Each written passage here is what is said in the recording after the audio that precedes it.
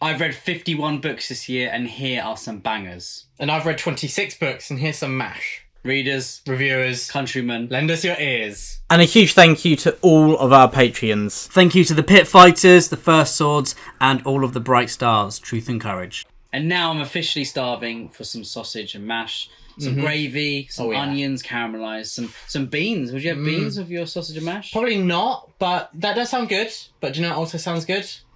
Our favourite reads of 2025, we've got smooth, haven't we? Here are some of our favourite reads of the year so far. We're halfway through. How did that happen? But we are there. Next week, we'll be talking about our 5th to first favourite, a few honourable mentions. But here we're talking about our 10th to 5th. So here we go. Here we go. Ed, let's kick it off. The good stuff isn't our voices. It's the books. That's what you want to hear. Let us know if you've read any of these. Hear our voices talking about the books. Let us know if you've read any of these. Let us know if any are on your TBR. And let's get down to business. Your 10th favourite read of 2025 so far, Ed, is... Now, it's Grave Empire by Richard Swan. Nice. I'm not really going to kick it off today. I'm going to actually fire it up. And that is very appropriate for this, well, you'd say... This flintlock, fantasy in Grave Empire. This is after, this is the first book in a new trilogy, and it's after the Justice of Kings, which is the Empire of the Wolf trilogy. This is Grave Empire, and here we have characters going to a new world, really, and it is very much inspired, I believe, by the New World. You have all of course, the flintlock technology. You have armoured sharks. You have great ships travelling across the seas. You've got vast tribes living in jungles, and you've got lots and lots of horror elements in here as well. And I think that is probably how... So what I love about fantasy at the moment, that we're seeing fantasy going in new directions, and we have kind of sprinkles of other genres here. Now we have one POV here that is very horror orientated, because his scenes are dripping in terror. And what I love is that... I'd say two, actually. But in very different ways. But what I love is how it's not the whole book. It doesn't have to be the tone of the whole book, does it? Now, this is a multi-POV approach. Richard Swan, he writes... His words are as sharp as a bayonet, and it's just so immersive. I found from the very first pages that I was transported to this land, to this world, and I was listening to the Last of the Mohicans soundtrack the whole time, and it fitted perfectly. Richard Swan did actually say that was a huge inspiration. But I love the world building, I love the fantastical elements, and really, I think if I look at my favourite books of all time, usually they're not books that have particularly strong or a strong focus on world building or the creatures or those fantastical elements or even horror. But here, it just really captured me, and it just had the perfect tone. So yeah, it's a lot of fun. There was some hilarious moments. There's also a villainous POV who was incredibly fun to read, which I didn't really expect. And there are a lot of twists and turns, like a twisty-turny thing. Like a very twisty-turny thing. Very, and I really enjoyed it. So yeah, Richard Swan, Grave Empire, my 10th favourite of the year so far. Very nice, Ed. And my 10th favourite is Ascendant by Michael Miller, book 1 of the Songs of Chaos series. Do you ever find yourself looking for some nostalgia, some comfort, something that's a bit light in fantasy? If you're not really wanting to go to the cozy fantasy end of things, that's very hard to find. We're usually following characters who, even if we like them as individuals, are going through horrific things or in horrific scenarios in a horrific world with horrific creatures and monsters and decisions they have to make. There is just death everywhere, diseases, terrifying monsters, and far, far more. But we'd have to put ourselves through that pain. But if you want something in between that and cozy fantasy, this is where to go. It is inspired by classic fantasy. Halfway between pain and cozy. Yeah, exactly. So at least you've got both. Normal, of course. Yeah, maybe. We need more of it. Michael Miller really kind of just, in the first few chapters, re-immerse me into the reads of my past, of my childhood, those fantasy reads that they've got kind of the beginning that you expect. You're following a young child or a teenager who really wants to be something more than their life is giving them. In this case, they want to be a dragon rider. And so I was thinking, you know what, nice, I haven't read something like this for quite a while. It's nostalgic, it's classical, I'm really going to enjoy it. But don't relax. it doesn't just stay there. It then grows. It becomes nuanced and unique, and it becomes something entirely its own, while still maintaining that identity of nostalgic fantasy with a warm feeling, with actual good people. That sometimes it is nice to have that. Yeah. But there are also very tense moments, some nasty figures, and a lot of stress throughout this journey as well. I think it's got a great balance of both. It's not so cozy that you lose the stakes. Yes. And so Ascendant is a great read, one that will be a fantastic palate cleanser for anyone, and I'm really looking forward to carrying on with the Songs of Chaos series. It is another example of how indie self-published books can be great. So Ascendant, first one I'm talking about today, but one of the Songs of Chaos. It's a great read, and I hope you pick it up. High stakes, high chips. And the next one is Dan Jones, Henry V, and this is my 9th favourite book of the year. And how cool is it to have a non-fiction on the list? Now, we all aspire we all aspire to be like Michael Kist, you know, whether it's his reading taste or the size of his arms. And here we have a non-fiction read that he has also loved. Now, Henry V is the king of all kings. He's probably the English goat, the English Achilles, really, isn't he? And Dan Jones is the guy to write about him. And what I love here is that Dan Jones writes in present tense. So every decision that Henry V makes, everything that happens in his life feels current, feels like it's happening right now, and it feels important, very dramatically important. And it is a dramatic story, so it definitely played into that as a strength. Now, Henry V lived quite the life. He quite literally took an arrow, not to the knee. He wasn't in Skyrim, but he took an arrow to the face, which is even more hardcore. You know, if you make it through it, yeah. Nailed it. Then he was hardcore. If you make it through it, and he did make it through it, obviously. But he is, you know, considered to be England's greatest king in terms of what he achieved. And as in, what was a king expected to achieve at that time? Yeah, which was defeat the French. What else, Ed? Unite England. There you go. There you go. And two staples. And he did both. And keep rebellions on the low. Keep them down low. Keep them stum. And so yeah, Henry V is a great story. I love the way that Dan Jones wrote about his life. It was so engaging, so immersive, so much fun.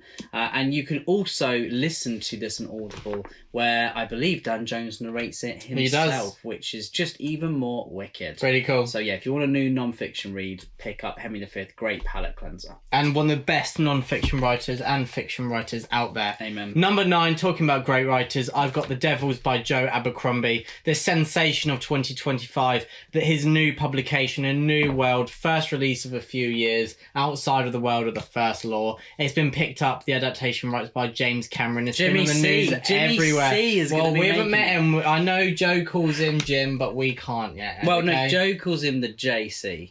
Oh, okay. So we could get away with Jimmy. So. Yeah, maybe. Yeah, you know, it's friend of a friend kind of thing. But The Devils, if you are a character-driven reader, this is a book for you. You've got a mashup of The Devils, characters who come from a variety of dark backgrounds or dark powers. You've got a knight with a mysterious past. You've got a werewolf. You have a vampire. You have a magician who's probably the second best around, or maybe third at a push. But yeah, you've got this mashup of crazy characters who are all fantastical tropes, especially in classical fantasy. And Joe is really playing around with that. He's known throughout his career to take tropes and subvert your expectations. It's what we love him for. And he does it yet again in a fresh way with The Devils. This is more humour-centred than his previous works. I'd say that if you enjoy his past works, you'll probably enjoy this. But then, in a different order, you may love this more. It's not really the same strain. It's a cousin rather than a sibling to the First World Law. And that is First World Law. The First Law World. And that's why I think a lot of new readers are picking Joe Abercrombie up with this, because it is also a very good place to start. It's self-contained. There are going to be other installments featuring the same characters, but a lot of this story is self-contained. There are arcs that wrap up really nicely. And it's done so well, hasn't it? It has done incredibly well. So you can join the bandwagon, and part of the joy of reading, of course, most of it is actually consuming the pages and the impact it has on you. But for us, part is also talking to other people about it, seeing what their favourite moments were, seeing what they gleaned from the story that you missed, and it adds so much more richness, a few more layers, like an onion. We can all become ogres. with the devils. Ogres have layers. They do, Ed. And, I mean, it's basically Suicide Squad meets fantasy. It is. Isn't it? So, it is indeed. Medieval with Jay Abercrombie's fantasy. prose. Yeah. What more could you ask for? And number 8 for me has to be The Killer Angels by Michael Shaara. And Ed has not stopped talking about this. It's incredible. It's quite a short book. This book won the Pulitzer Prize in the 1980s. It is the story of Gettysburg, so a monumental battle of the Civil War that started off as a small skirmish trying to take over a very tiny village.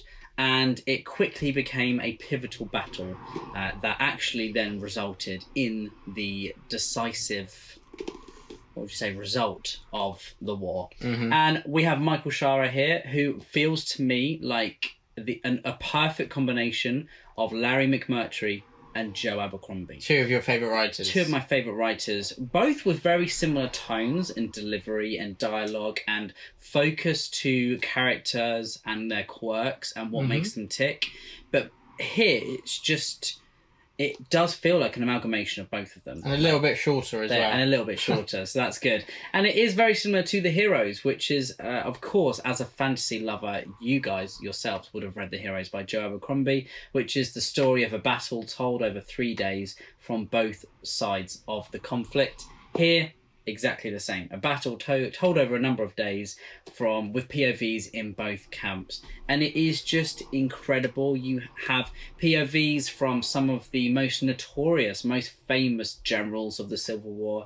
And then you have POVs all the way down to the privates and I shouldn't be saying that, should I? The captains or the corporals of the war as well. And it's just fantastic. The way that I knew I was reading a masterpiece from page 1, the way that Michael Shaara was able to dip into a character, into their, what makes them them. And it was just so unique. The writing was like pinpoint. It was just perfect. The delivery was brilliant. And I would say it doesn't feel like this is saying, war is bad, war is evil. It wasn't like an anti-war book, which is probably a popular thing at the moment. But it doesn't feel like it's a pro-war book either. It felt like people on both sides of the conflict knew what they were getting themselves into, and they completely and utterly believed in their causes. Okay. And what's really interesting is Michael Shaara's kind of discourse around the Civil War, which nowadays can be kind of simplified to this belief versus that belief. Taxes versus this, wanting control of yourself over and then in the other side of the camp. But it's quite complex here through the different characters, which I really appreciated, because that feels far more realistic as well. And then also some people, they were just in it because that's where they lived. If you were born in the southern states, then it was likely that if you're going to be in the army, you would be in the southern states side, unless you made a conscious effort to not be. So it was a great read. It was very, very gripping. It was quite surprising to me. Lots of twists, lots of shocks. And I'm someone who hasn't really read too much about the Civil War, although Joe Abercrombie himself did tell us we need to read Shelby Foote's narrative of the Civil I War. said, can you recommend us something? I didn't want him to recommend the 3,000-page non-fiction history, but I guess we'll have to do it. Yes, I'm afraid so. But The Killer Angels, it's fantastic. Please dip into it. There are 2 books, one a prequel, one a sequel, written by Michael Shaara's son, which are also meant to be brilliant, but this is a great place to start. Is it one that you would recommend to fantasy readers, Ed? I would. I think if you like The Heroes, you like military fantasy, then I think you will get a lot out of this, because I think everyone I know who's read Lonesome Dove loves it. Okay. Because of the characters, and this book has fantastic characters, and it has really interesting kind of premise upon military a military book. Yeah. So it's a great read.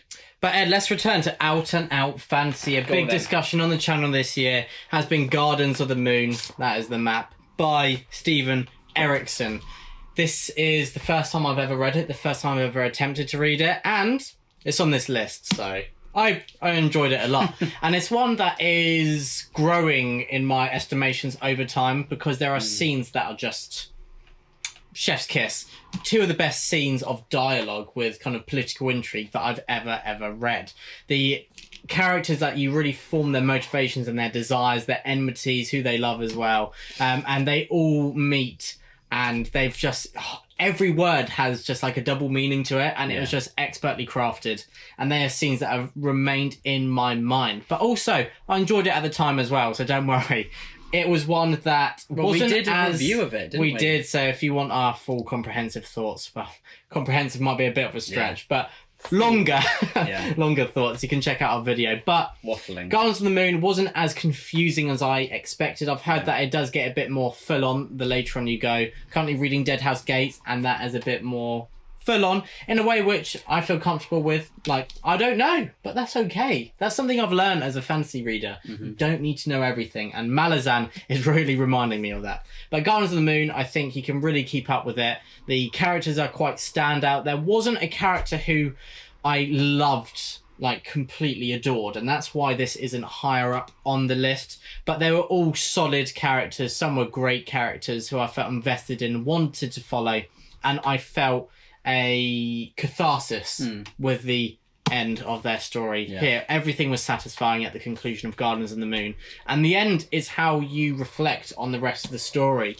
I think I can forgive a bit of a slow start, but I can't really forgive a bad ending, and so that's the most important part for me. And that really struck gold in Gardens of the Moon. And Dead House Gates I'm really enjoying as well. It'll be interesting to see which I prefer more. But there we go, Gardens of the Moon, Malazan. You don't need me to talk about it to know what that is. I'm just rehashing in a less eloquent way what many others have talked about. Very nice. Well, Ed, you're meant to say... Oh, no, Will, that was really eloquent. I completely agree with you. And I like agreeing with you. You like it when I agree with you? That is true. I have joined the Kenny Foles Club, which is now number 7. The Kenny Foles Club. Pillars of the Earth. This is a book that I think whenever we talk about historical fiction, people say, I assume, obviously you've read Pillars of the Earth, and we say... oh dear. And I had to take one for the team, and I had to read it for the both of us, Will. And it's a pretty good book. I was my pleasure. It's a pretty good book.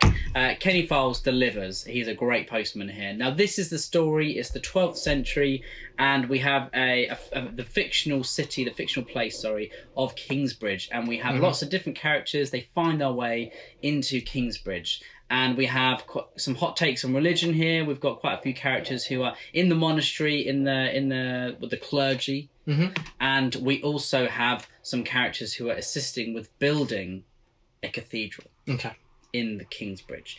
And that, I know, sounds so boring. Who cares? But honestly, guys, read it.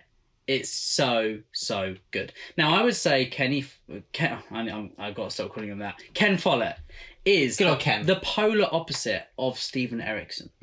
And you can love both. Now, where Stephen Erikson can be incredibly complex, he doesn't hold your hand. If someone, raises their eyebrow, he doesn't tell you why. He doesn't, hold your hand. He doesn't explain maybe the inner workings of that person. Ken Follett is completely the opposite. He will say, Tom was sad. Tom felt angry. It sounds a bit like I'm saying the cat. You're not really now, selling it, but it's so simple, but also so effective and to the point. Because it's stripped back. Stick it with the pointy end, and it is it's not stripped back. It's just very basic, Will, but in a fantastically effective. Is it like you've got way. X-ray vision? You can see inside and out. Yeah, I think you should just read it really if you want to join in on the chat. Okay, but what I'm trying to say is it's not complex, it's not convoluted, but these are real people. They do feel incredibly realistic, but they also just are so interesting to read, and you really get behind some of these characters, and they make some really poor decisions. So even if you really like someone, Tom Builder, they make terrible decisions. I wonder what he does. Well, I know. I know. And this book does also have a really horrible villain. And his name, probably you should know he's not very nice based on his name. Do you want to guess what his name is, Will? Oh, I wonder. I walked into you saying I hate Will. I was like, William. I haven't even done anything today. William. I hate William. I was like, I haven't even done anything today. And then luckily, it was a character in the book. No, basically Ken Follett writes with just such panache and such effectiveness. You really, really despise some characters. You love other characters. You love the journey that they're on. And the way that he's able to craft their lives, because this is the story of all of these characters, their lives, and it goes on through quite a long period. And the way that he's able to incorporate building and kind of priory mechanics as well is just so fascinating. It's very effective, very simple, but it's incredibly easy to read. And I think because of that, it's easy to digest and easy to fall in love with. So Pillars of the Earth, a new favourite of mine. Did any of it remind you of Moby Dick? You know, when there's like a whole chapter describing the work on the boat, which is quite infamous. No, I did love that because that's incredibly boring but fascinating. Nice. I loved, the whole discourse around the ships and how, the sails and all that kind of stuff. This was a bit like how they weren't kind of going into how they did kind of go into how like you'd build a monastery, but not really dense, and the architecture of it. But it was mainly through the characters and how they would use something to further them. It was their a tool development. It in was both ways. Oh, I felt quite good there. Number 7, Pillars of the Earth. Very nice. Number 7. Yeah, I think so.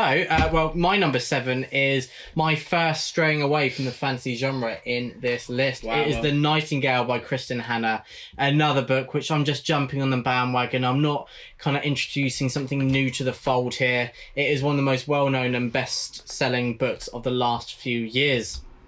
We are thrown into World War II, 2 sisters in France who are kind of abandoned and placed in horrific situations, but they respond in very different ways, and they've got very different motivations and desires and priorities. One feels the spirit of revenge and wants to join the resistance and will do anything to do that. The other is trying to protect her children and her family and the family legacy and just survive. And both face horrific scenarios in different ways. We're character-driven readers. This is a character-driven story in a way which I felt was very respectful to World War II and a lot of what occurred during that awful period in history, but also added something new. When we talk about World War II, we often obviously talk about the Holocaust or the experiences of the soldiers, but we don't really talk about the women left behind and what they did and what hasn't been remembered. And so I think this is a very important story. I'm glad it has done so well, and I'm not surprised because it is beautifully written, it's got standout characters, and it is incredibly powerful. And it really resonated with me. It's one Sadie loved.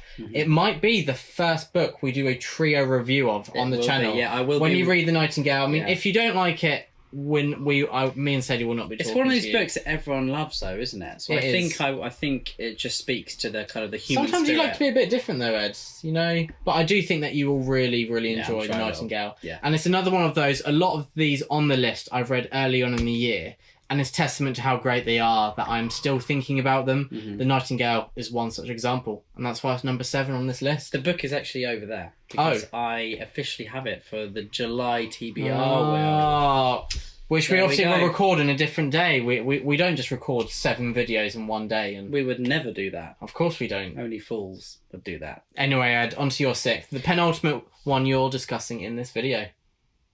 Number 6 for me is Nevernight by Jay Kristoff. Now this... I was wondering where Kristoff was going to creep up. This is a book, okay? This is a great book. Okay. Nevernight just completely captured me from the very first chapter, which you could see. He's got a way of doing that, doesn't he? He was vibing. Like Jay Kristoff, he was having fun. He was having a lot of fun with his writing. And he is just iconic, really, isn't he? It feels like every time he sits down to write something, he's like, how could I make this iconic? And he just delivers. Again, like a great like postman. Like Royal Mail. Always Royal Mail. So this is the story of Mia Corvair, and she is seeking revenge for her family. Her father has been tried as a traitor, and she leaves her family and she goes to basically a school of assassins. And I know we've heard that story, we've heard that trope done time and time again, but it felt incredibly different here. It felt just like Jay was taking it in unique and different directions to what other authors who've written about a fantasy school setting have done before. And the focus was far more on the kind of the people rather than the trials and etc. The kind of checkpoints that everyone seems to go through in a school setting. And then the ending here was, whoa, that was so bold. And I think, like Jay Kristoff knows, people are hooked. And now we're going to go in a completely different direction. Let's do a 180 and see what happens. And it was just a gripping read. There are some great characters. Mr. Kindly as well. There are, I think, so many people. You look on Instagram, so many tattoos of Mr. Kindly, who is basically an animal companion, but not quite. Is he kind? Is he a mister? Who knows? Now, Nevernight, it's a great read, and it's just one of those fantasy books that's so easy to get your teeth, to sink your teeth into. And you might see some Jay Kristoff cropping up on the list in the future. Another book to sink your teeth into. Oh, I wonder what series that's part of. Dun, dun, dun. Number 6 for me is All the Pretty Horses by Cormac McCarthy. So the reason I haven't finished Deadhouse Gates yet is that I had a meeting for my dissertation, which I need to decide the topic on. And so I thought maybe I'll centre that on Cormac McCarthy. So of course I needed to read All the Pretty Horses. And so Deadhouse Gates, I'm nearly done, but I had to set that aside for a second. See ya, Duca. Then I went on to All the Pretty Horses. This is just great. I mean, you said to me that The Crossing has the nicest character in Cormac McCarthy's work because he often focuses on the darker side of humanity. Yeah.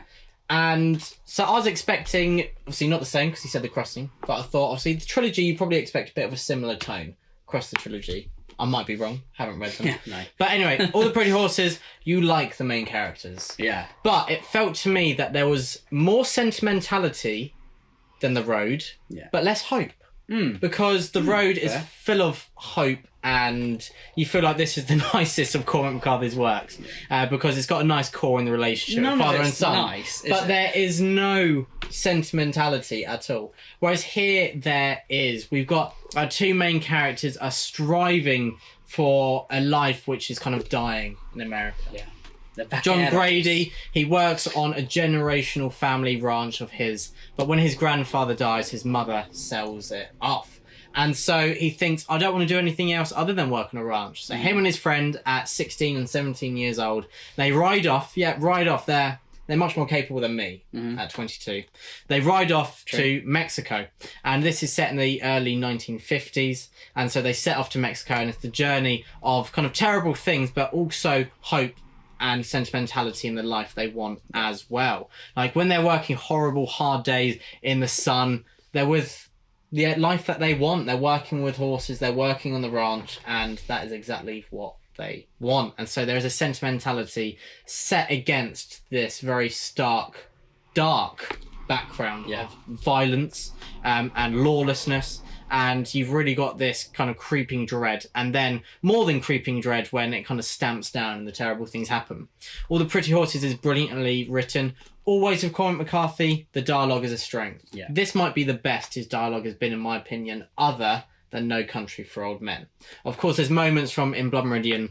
The best moments are the judges' monologues for me. Yeah, that's incredible. But the dynamic between characters, I think, is probably at its best here. Yeah. The two friends talking to each other, they really just have this energy that you feel like they really are great friends who know each other inside and out. And it's so stripped back. You don't have any of these kind of really dramatic moments of John Grady put his gun down, he looked at him and he said, I'd love to stay here for 100 years. It is just the dialogue, and it doesn't have really any of the actions, and it's much more powerful for that, in my opinion, and very different from what we see otherwise. So All the Pretty Horses, a masterclass. Cormac McCarthy, fantastic writer, proves it again here, and one that I also think is more accessible than some of his other works. Yeah, absolutely. Well, good choice, and I hope that you enjoy The Crossing. I hope to see it in the top 10 of the year. Do you think I'll enjoy it more than All the Pretty Horses? I would hope so. I mean, again, I've said it quite a few times. The first third is the best writing ever, and the second and the third thirds, if they match the first third, it would be your favourite Cormac McCarthy book. But they don't. Didn't you enjoy it more on a second read? Yeah, the first time I listened to it. Oh, okay. Yeah, very different. Cormac McCarthy's I never style think you doesn't should really listen translate to a Cormac McCarthy book. I tried to listen to The Orchard Keeper. Nah, it's just no. just no. Some translate. authors translate very well to audio. Others do not. You need to take your learning time. curve. Exactly. And the last one of the video for me is the queen of standalone fantasy, ML Wang's Blood Over Bright Haven. We have this a video. was a recommendation. We do have a Vamos! That wasn't me putting a thumbs up, by the way. That's to the link. Oh, I just thought yes, we got a video.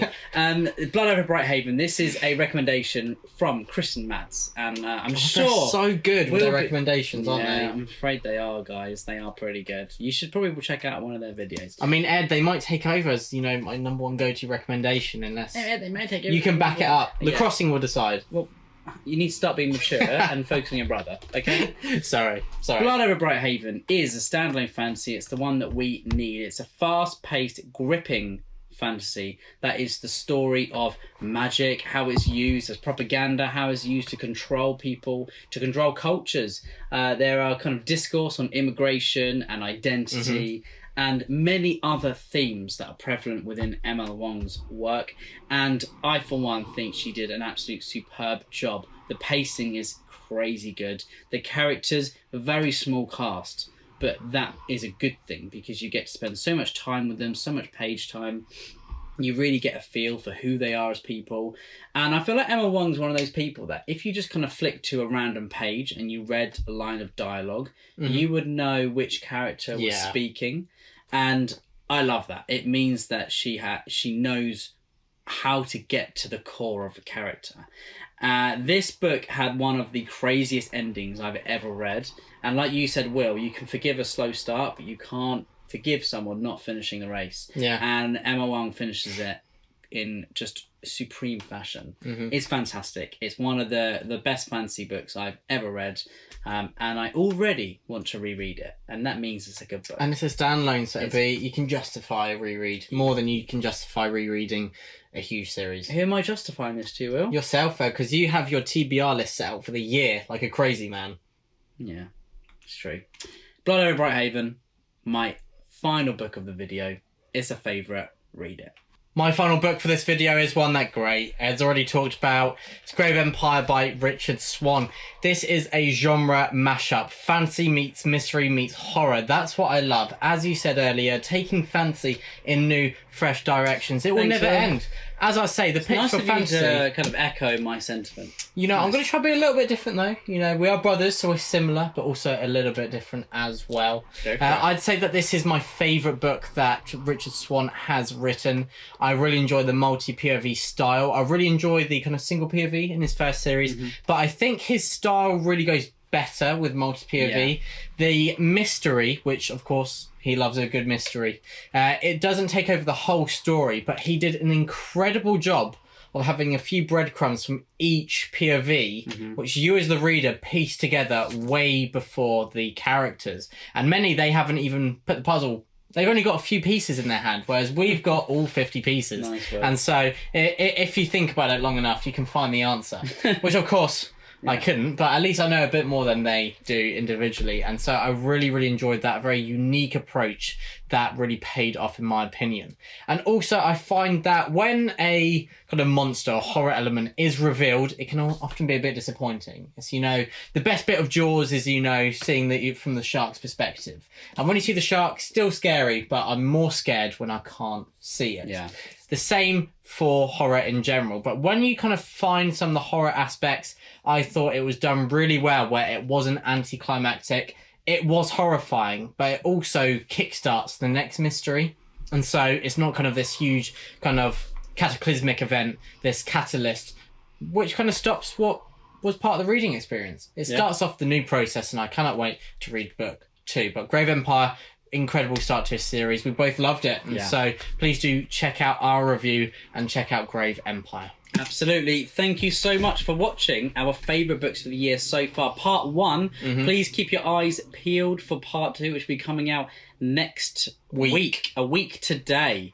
So, hopefully. If the schedule goes to plan. But thank you for watching. Please let us know. Maybe you could predict in the comments below, what do you think would be our favourite book of the year so far? knowing our reading tastes, what do you think is going to crop up in the next video? What has been your favourite? Please list off your top 10 for us, or just the first 5 of the list would be great. We'd love to see them. Or your top comments below, or your top 1, or just any comment you want to. You can call Have you read any of these? Beavis and Butthead, you can call us again. That's absolutely fine. We don't mind. I'd rather not, actually. Okay. You know, once or twice was enough. Okay, it was 10 times. When it's 100 times, it does get upsetting. Anyway, Truth and Courage. The Brothers Gwynne.